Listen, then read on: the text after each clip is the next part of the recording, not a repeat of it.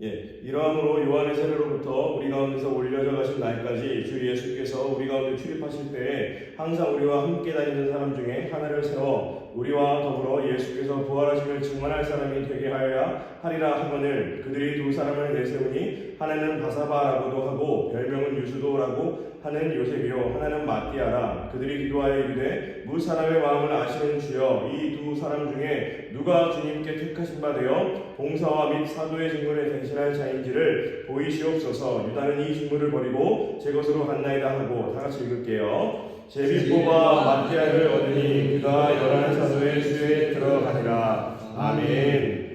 네, 사도행전 말씀은 일단은 우리가 파악하기 전에 신약 성경에서 역사서라고 보시면 됩니다. 역사서는 뭘까요? 우리나라도 한국 역사가 있잖아요. 그 현대사로 보시게 되면 우리나라도 민주화 이후에 여러 가지 시대를 거쳐서 역사가 시작이 됐는데 신약에서 역사서는 사도행전이라고 보시면 됩니다.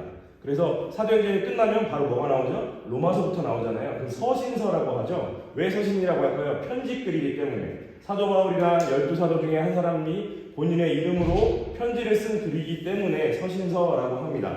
그런데 오늘 사도행전 말씀을 보시게 되면 그렇기 때문에 역사서기 때문에 제일 많이 나오는 게 두 가지인데 첫 번째는 뭘까요? 첫 번째는 사람 이름이고요. 두 번째는 지명입니다. 왜 그럴까요? 우리 교회도 역사 이제 100주년을 바라보고 있기 때문에 보시면 아시겠지만 사람 성함들이 제일 많이 나올 거예요. 그리고 우리 교회에서 한 일들이 많이 기록이 되어 있겠죠. 그래서 사도행전은 사도들이 행한 그 행적들에 대한 기록이다라고 보시면 돼요. 예. 그런데 이제 말씀을 보시면 아시겠지만 사도행전은 크게 첫 번째, 두 번째 부분으로 나눌 수 있는데 첫 번째 부분은 바로 사도 바울 이전의 사도들의 이야기 그리고 두 번째 부분은 사도 바울의 이야기. 그래서 크게 두 가지 부분으로 나뉘어 볼 수 있다라고 생각하시면 좋겠습니다. 네, 제가 유튜브로 강의하는 게 너무 오랜만이어서 지금 나오는 시간인지 모르겠는데 안녕하세요. 네. 그래서 말씀을 보시게 되면 먼저 거기다 쓰시면 됩니다.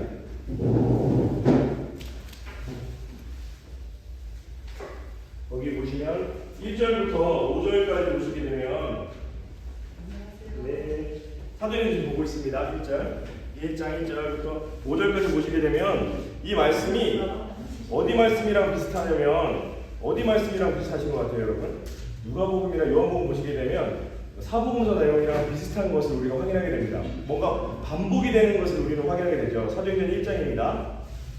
근데 거기 말씀 보시게 되면 6절부터 이제 11절까지 또 단락이 나눠지고 12절부터 오늘 본문 말씀 마지막에 26절까지 단락이 나눠지는데요. 여기서 한 가지 팁을 드리자면 성경책 보실 때 여러분 이 성경책을 여러분의 성경책이기 때문에 지저분하게 만드시는 것을 추천드립니다. 왜 그러냐면 이건 내 성경책이잖아요. 나만 볼 수 있는 성경책. 그렇기 때문에 그걸 꺼내야 될 것 같고 이거 드린 거는 책이 아니라 뜯으시면 안 돼요. 이거는 그냥 여러분들이 제가 말씀드리는 거 적으시는 노트예요. 그래서 이게 1장, 2장, 3장 다 쌓이면 총 28장이 되겠죠. 그러면 이게 여러분들의 사도행전 성경책이 되는 것이기 때문에 적어주시면 좋겠습니다.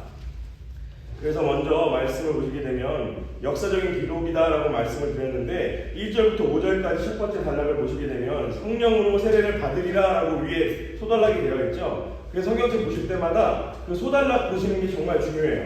우리가 성경책 보실 때마다 우리가 어떤 표현을 많이 쓰죠? 은혜를 받았습니다라는 표현을 많이 쓰신다는 거예요. 왜냐면 마음에 와닿기 때문에. 그런데 여러분 그 배를 타시거나 어업을 하시는 분들은 부표라고 설명드리면 쉽게 아시더라고요. 부표를 왜 띄우는지 아세요, 여러분?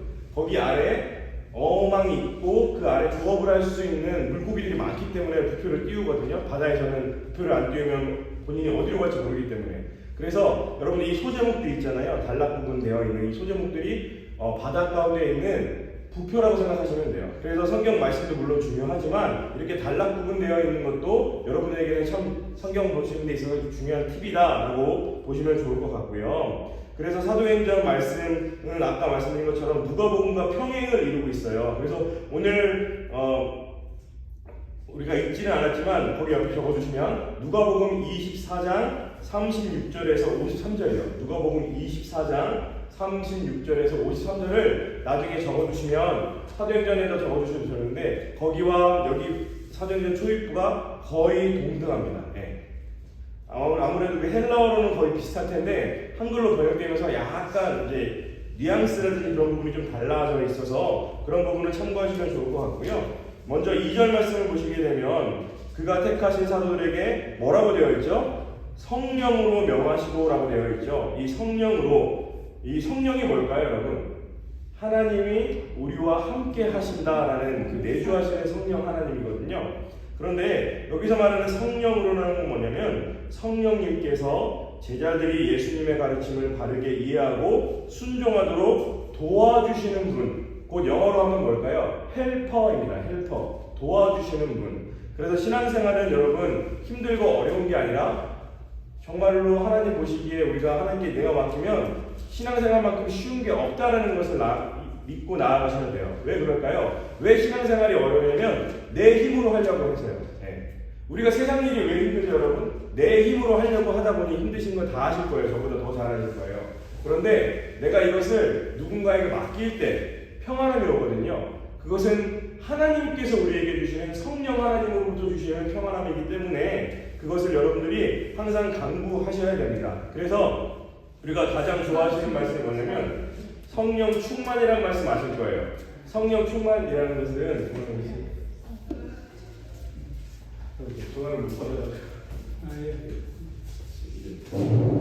성령 충만이라는 것은 여러분 우리가 저도 이제 저희 모교회 같은 경우에는 기도원을 하는 교회였고 하루에 버스가 두 대 정도 들어가는 교회였거든요. 근데 두 대가 들어가도 버스에서 내리면 한 30분 정도 또 올라가야 돼요. 산골로. 왜냐면 기도원을 하는 교회였기 때문에. 그런데 그 기도원 오시는 분들이 다 원하셨던 기도 제목 중에 첫 번째가 뭐였는지 다들 아실 텐데 성령 충만이었거든요. 근데 그 당시만 하더라도 성령 충만하다라는 것은 무엇인가 뜨겁고 내 안에 열기가 있고 그런 의미였는데 그게 틀리다라고 말씀드리는 것이 아니라 그것만이 성령 충만이 아니다라는 것을 알고 계시면 좋겠다라는 말씀을 드리고 싶었습니다. 그래서 2절 말씀 보시게 되면 여기서 말하는 성령으로라는 것은 성령 충만이다라는 말과 똑같은 것인데요. 네, 요거는 제가 노트로 드리는 거여서 쓰시면 됩니다. 여기서 펜으로. 네. 사도행전 1장 그냥 제가 말씀드리는 설명들 쓰시면 됩니다. 노트로 쓰시면 되겠고요. 그래서 성령 충만은 뜨거운 우리 가운데 열정일 수도 있겠지만 또 반면에 차갑게 냉정하게 하나님께 나의 모든 것을 객관적으로 나아가는 방향일 수도 있다라는 것. 더 나아가서 성령 충만은 나의 모든 것을 하나님께 맡기는 거예요. 맡기는 것을 제가 몇 번 설명해 드렸는데 잘 이해하지 못해서 맡긴다라는 게 무엇일까라고 했을 때 저는 여러분들이 지금 어디 앉아 계시죠? 의자에 앉아 계시죠? 이게 의자에 앉는 게 맡기는 거예요. 만약에 여러분 여기 의자에 앉는 거, 이 의자가 앉았는데 부서질 것 같으면 여러분 앉으시겠어요? 못 앉으실걸요? 이 의자에 대한 내가 최소한의 믿음이 있기 때문에 이 의자에 앉는 것처럼 성령 충만은 내가 의자에 앉는 것처럼 내가 하나님을 믿습니다라는 고백으로 나아가는 것이에요. 예. 그래서 여러분 아시겠지만 세상 가운데 요즘에 우울증도 많잖아요. 그 우울증 되게 심한 분들은 건물에도 못 들어오신대요. 왜 그럴까요? 이 건물 들어가면 무너지면 어떻게 될까? 그 불안감이거든요. 이것을 사람이 만들었는데 내가 믿고 어떻게 들어갈 수 있는가? 그런데 우리는 이 교회에 와서 편안하게 있다는 그 자체만으로도 우리 안에 하나님을 믿는 믿음이 있다는 것이고 우리 안에 성령 충만으로 무장이 되어질 수 있는 기본이 마련되어져 있다는 것을 기억하셨으면 좋겠어서 말씀을 드렸고요. 그 다음에 두 번째 단락 보시게 되면 6절부터 11절 위에 6절 위에 뭐라고 적혀 있죠? 색깔별로 한번 읽어주시겠어요? 시작. 예수께서 하늘로 올려오시다. 예, 구약에서 하늘로 올라가신 분 누군지 아시는 분?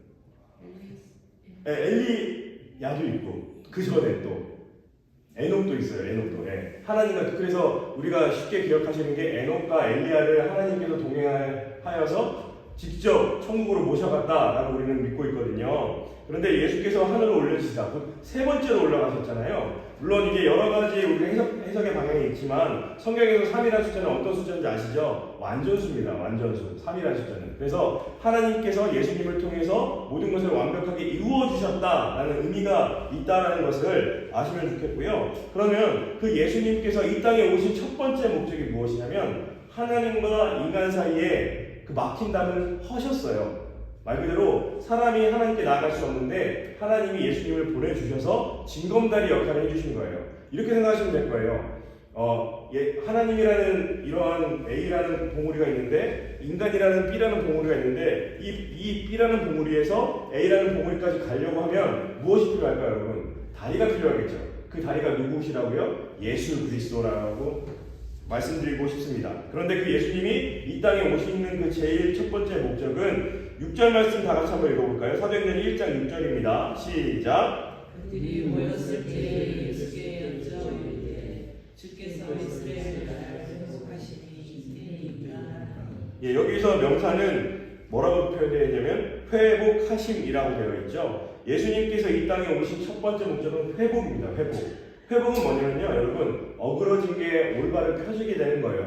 더 신학적으로 말씀드리면 내 안에 하나님의 형상이 회복되는 것, 하나님의 형상이 이루어지는 것, 그것이 우리 가운데 회복이다라고 볼 수 있습니다. 그런데 이 회복은 단순히 그 당시 이스라엘 사람들은 우리나라가 일제강점기 때 일본 순사를 눈치 봤던 것처럼 이스라엘 사람들은 로마군들의 행적을 통해서 눈치를 보며 살 수밖에 없었거든요. 그런데 그 당시 사람들은 세상에서만 삶이 끝인 줄 알았기 때문에 로마 군인들로부터 해방되는 것만을 꿈꿨어요. 그런데 예수님은 그것을 뛰어넘어서 우리의 육신의 구원뿐만 아니라 영적인 구원까지도 구원해 주시겠다라고 말씀해 주시는 게 이 회복입니다, 여러분. 이 회복. 그래서 한 가지 기도하실 때 팁을 드리자면, 여러분 기도하실 때마다 오늘 하루의 삶 가운데 시작하는 기도 말고요, 하루를 마무리하시는 기도 다 하실 텐데, 주무시기 전에 하나님, 내 안에 오늘 하루를 살아가면서 세상의 찌든 때들, 묵은 때들이 나에게 묻히려 있다면 주님, 나의 모든 것을 회복시켜 달라고 하루를 마감하는 기도를 하셨으면 좋겠습니다. 왜 그러냐면 그 기도를 통해서 우리가 하나님을 다시 한번 경험하게 되고 내 안에 하나님의 형상을 회복할 수 있기 때문입니다.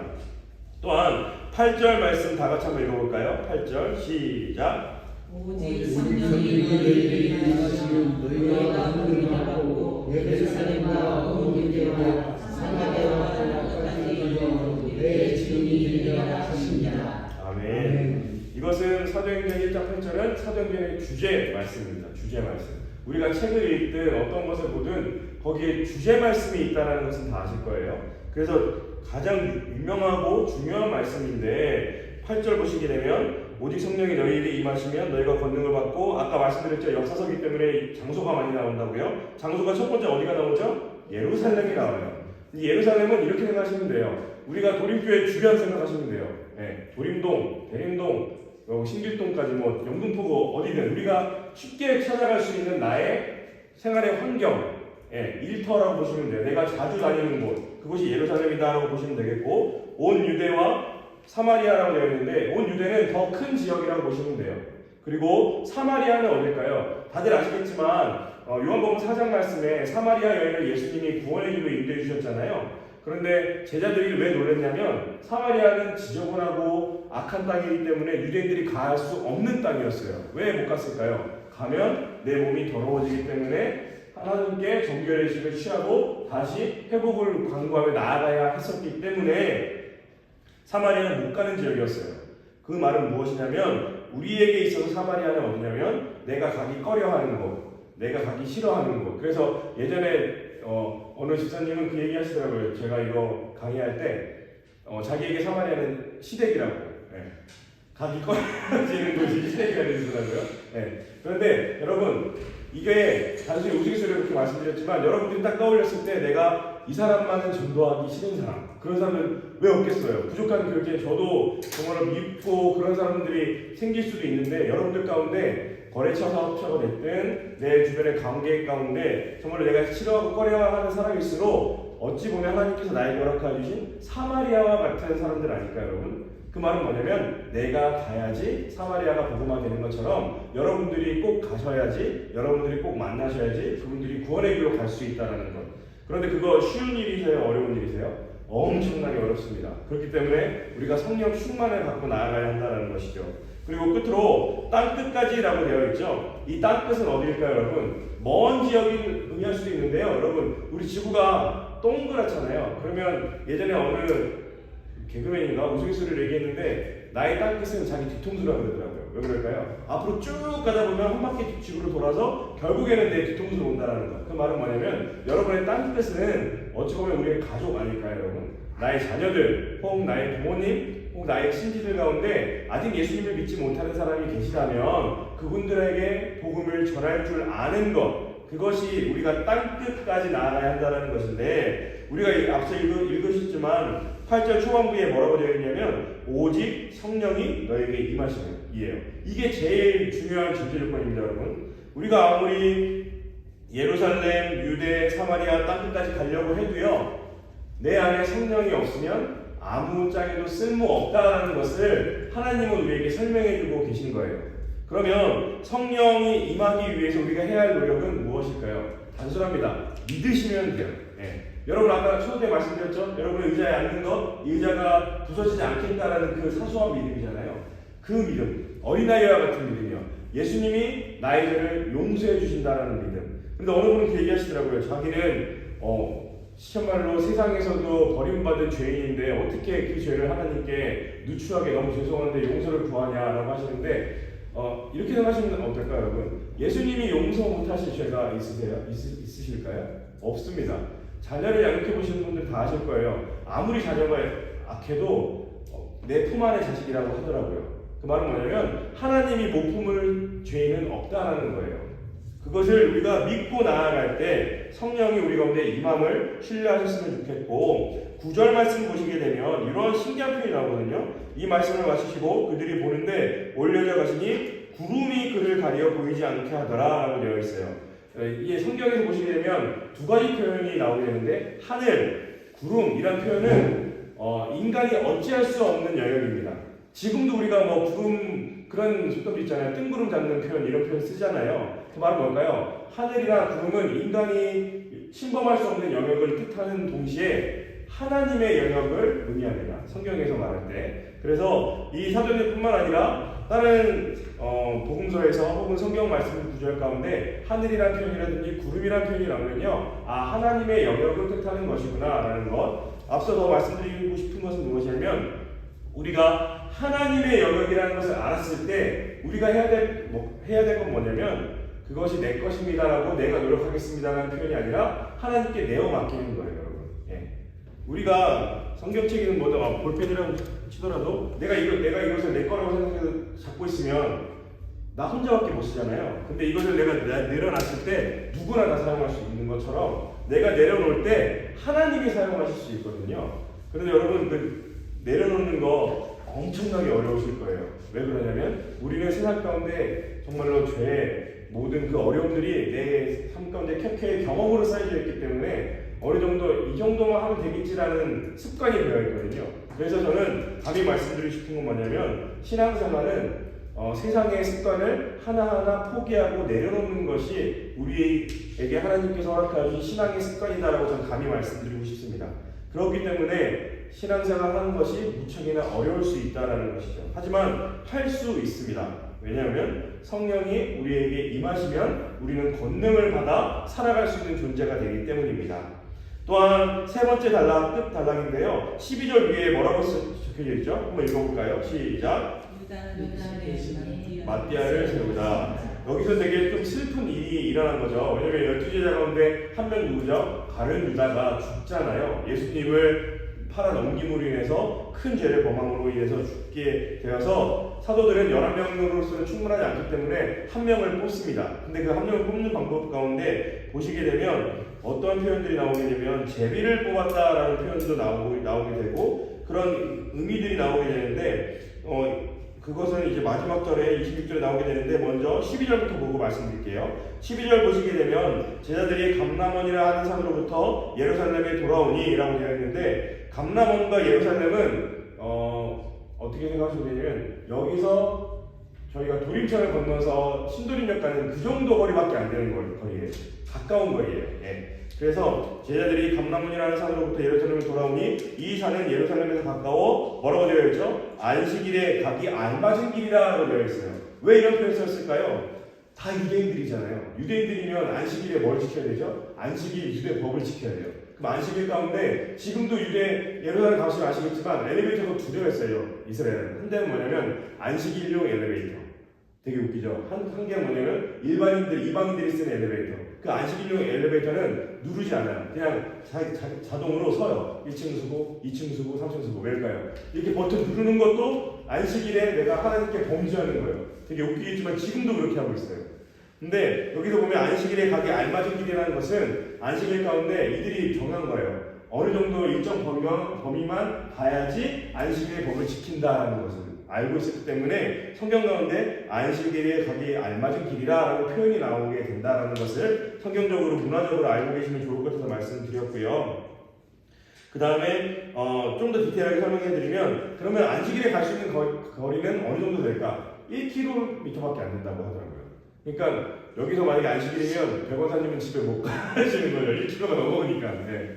그러니까 여러분 지금 우리가 생각하는 너무 우스운 법들이 아직도 유대인들이 지키고 있는데 반대로 생각하면 우리도 신앙생활 하시다 보면 하나님 보시기에 너무 우스꽝스러운 우리의 습관들이 있을 수 있다는 거예요. 그래서 다시 한번 말씀드리고 싶은 건 하나님 앞에 한없이 자유하셨으면 좋겠어요. 하나님이 내가 뭘 했다고 해서 뭐라고 하신 분이 아니잖아요. 저는 신앙의 초창기 때 저는 중고등학교 때 회심하면서 하나님을 믿게 됐는데 저는 하나님이 되게 무서운 하나님으로 먼저 각인이 됐거든요. 그래서 말씀 읽을 때에도 한 글자 틀리면 다시 처음부터 읽었어요. 그 기도하다가 한 글자로 틀리면 다시 기도했어요. 그래서 취침기도 하는데 기본 2시간 이상 기도했고요. 17살짜리 꼬마가 3시간 이상 기도했는데 그 기도가 율법적인 기도였던 거죠. 하나님께 혼날까봐. 근데 지금은 그렇진 않고요. 네. 여러분들이 하나님 보시기에 자유로우시면 좋을 것 같아서 그렇게 말씀을 드렸고, 그리고 또 14절 말씀 보시게 되면 여자들과 예수의 어머니 마리아와 예수의 아들과 더불어 마음을 같이하여 오로지 기도에 힘쓰더라 라고 되어 있죠. 근데 거기 중요한 표현이 뭐냐면 마음을 같이하여 라는 표현입니다. 여러분, 우리가 몸은 다 나뉘어있지만 마음은 같이 할 수 있어요. 왜 같이 할 수 있을까요? 마음을? 믿는 분이 한 분이기 때문에 우리는 마음을 같이 할 수 있는 겁니다. 한 마음으로. 그래서 여러분들이 기도하실 때마다, 특별히 우리 도립교회와 담임 목사님이 기도하실 때마다 우리 모든 교인들이 한 마음 한 뜻으로 담임 목사님을 도와 한 교회 되게 해달라고 기도하실 필요가 반드시 있는 겁니다. 여러분, 몸은 다 다르지만 한 마음, 한 믿음이 있기 때문에. 그래서 우리가 구역을 모이든 교회를 모이든 사역을 하든 우리가 왜 교회에서 이렇게 웃으면서 반가워할 수 있을까요? 교회에 들어온 것 자체만으로도 이분은 예수님을 믿는 분이다라는 믿음이 있기 때문에, 나 같은 마음이 있는 분이시구나라는 것을 알고 있기 때문에 우리는 마음을 터놓고 얘기할 수 있거든요. 세상에서도 동아리 모임 가보시면 아시겠지만 동아리 모임 가자마자 사람들이 반겨요. 왜일까요? 나와 같은 취미를 갖고 있는 사람이 있는 걸 알고 있기 때문에. 하물며 우리는 믿는 믿음이 있는 사람들인데 더 한 마음으로 나아갈 수 있겠죠. 그런데 거기 보시게 되면 한 마음으로 나아가는 것뿐만 아니라 14절 후반부에 이렇게 되어 있죠. 오로지 기도에 힘쓰더라 라고 되어 있죠. 이 말은 뭐냐면 기도에 힘쓴다라는 것은 무엇이냐면 두 가지 의미가 있습니다. 여러분, 기도는 첫 번째로는 끊임없이 기도하셔야 돼요. 끊임없이 기도하셔야 돼요. 정말 생각나실 때마다 기도하셔야 되겠고, 내가 물론 시간을 정해서 기도하는 건 물론 중요한데요. 여러분, 생활의 틈틈마다, 그래서 예전에 어떤 목사님은 거의 30분 단위로 기도를 계속 하셨대요. 혹 내가 하나님 보시기에 범죄할까봐. 네. 물론 그 목사님의 팁이기 때문에 여러분들이 강요할 수는 없지만 여러분들마다 끊임없이 기도할 수 있는 것이 꼭 있으면 좋겠고, 또한 두 번째 기도의 방법은 기다리는 기도입니다. 여러분, 기다리는 기도. 그럼 이 기다리는 기도는 어떻게 해야 될까요? 시간을 정해서 하는 것을 추천드립니다. 특별히 아침을 시작하실 때 새벽 예배라든지 아니면 하루의 삶을 마무리 지실 때 취침 기도라든지 그때 시간을 정해서 하는 기도는 특별히 하나님의 음성을 듣는 기도. 여러분, 하나님의 음성 듣고 싶지 않으세요? 저도 안 들었다고는 말씀 못 드리지만 말씀을 통해서라든지 하나님의 음성은 사람을 통해서라든지 혹은 직접적으로도 들을 수 있습니다. 그것을 우리가 신뢰하며 나아가야 한다는 것이죠. 이 하나님의 음성이 성경에 나왔던 그 옛날 2000년 전, 몇천 년 전 그 옛날에만 있었다는 얘기가 아니잖아요. 이게 소설이 아니잖아요, 여러분. 성경은 지금도 역사하신 하나님의 말씀이기 때문에 하나님의 말씀을 듣기를 원합니다. 하나님의 음성을 듣기를 원합니다라는 소망하는 기도를 하셨으면 좋겠어서 말씀을 드렸고, 또한 20절 말씀 보시게 되면 20절 후반부에 이렇게 되어 있죠. 그의 직분을 타인이 취하게 하소서라고 되어 있죠. 이것은 무엇이냐면 이제 12명 중에 한 명이 죽었잖아요. 다른 유다의 그 직분을 하나님께서 선택하셔서 세우시겠다라는 말씀인 거예요. 그 말은 뭐냐면 우리가 여기 이제 장로님들도 계시고 권사님들도 계시겠지만 우리가 임직을 받는 그 모든 처음부터 끝까지는 하나님께서 개입해 주시는 관계이다, 과정이다라는 것을 아셨으면 좋겠어서 말씀드렸습니다. 그러면서 이들이 선택한 방법이 무엇이었냐면 26절 끝에 절인데요. 다 같이 끝으로 읽어볼까요? 시작. 제비 뽑아 뭐라고 되어 있죠? 제비를 뽑았다라고 되어 있어요. 그런데 이 제비를 뽑을 때에도 후보군이 있었다라는 것을 아셨으면 좋겠습니다. 후보군을 뽑는 그 이유는 무엇이냐면 물론 하나님께서 하시는 일이지만 우리의 노력과 우리의 애씀과 하나님 보시기 우리의 열정이 필요하다라는 거예요. 그래서 후보군을 뽑은 상태에서 제비를 뽑았다는 건 뭐냐면 하나님께 맡겼다라는 것이죠. 그런데 우리 교회 장로의 규칙은 투표를 하잖아요. 그 투표가 뭐냐면 사람들이 많이 투표해 주길 바라는 건 물론 중요하지만 사람이 투표하는 것이 아니라 하나님께서 사람의 마음을 움직여서 투표하신다라는 것을 전제로 하는 거예요. 제비 뽑는 방법을 그래서 현 시대에는 투표를 통해서 이루어진다라는 것. 그래서 여러분 아시겠지만 여러분들 가운데 직분을 사모하시는 건 물론 중요하고요. 또한 우리가 내가 그 직분까지는 못 받는다 할지라도 장로임직을 받으시는 분들 혹은 안수집사, 권사, 집사님을 직분을 받으시는 분들을 위해서 우리가 기도할 필요가 있을까요? 없을까요? 있다라는 거예요. 왜냐하면 교회는 한 마음으로 나아가는 교회이기 때문에 그렇습니다. 그래서 여러분들이 이 사도행전 1장 말씀을 통해서 주의 은혜를 나누셨으면 좋겠고 제가 한 절 한 절 이렇게 말씀드리는 이유는 여러분들이 성경 말씀 보시면서 이렇게 그때는 이런 의미가 있었겠구나 라고 하시면서 그냥 훑으시는 읽는 방법이 아니라 한 주간 이 1장을 곱씹으시면서 계속 마음 가운데 읽으셨으면 좋겠어서 이렇게 강의를 진행했습니다. 그리고 앞으로 제 강의는 이렇게 한 절 한 절 다 볼 거기 때문에 좀 재미가 없을 수 있긴 하겠지만 그래도 저는 제가 아는 선 안에서는 최대한 말씀드리고 싶어서 이렇게 하게 됐고요. 다음 주는 제가 원래회를 인도에 대해서 아마 한 달에 한 번 정도는 휴강을 할 것 같아요. 그래서 다음 주는 휴강이기 때문에 그 다음 주에 제가 또 안내해 드리도록 하겠습니다. 혹시 질문이나 그런 것은 강의 끝나고 혹은 저한테 개인적으로 알려주시면 될 것 같아요. 아마 지금 질문하시기에는 벅차실 테니까. 그리고 한 주간 말씀 보시면서 궁금한 거 있으시면 제가 아는 선 안에서는 최대한 말씀드리도록 하겠습니다. 그러면 제가 마무리 기도하고 마치도록 할게요. 기도하겠습니다.